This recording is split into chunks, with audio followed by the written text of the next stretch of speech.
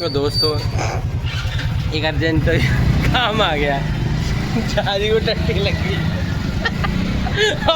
हम जा रहे हैं बिना मतलब के मॉल भागने के लिए। टूट गया था क्या बैठ के?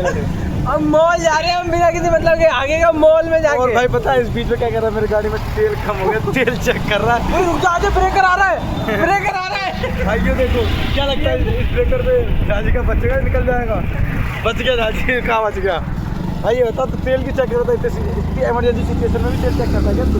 और क्या इधर क्या आ रही है?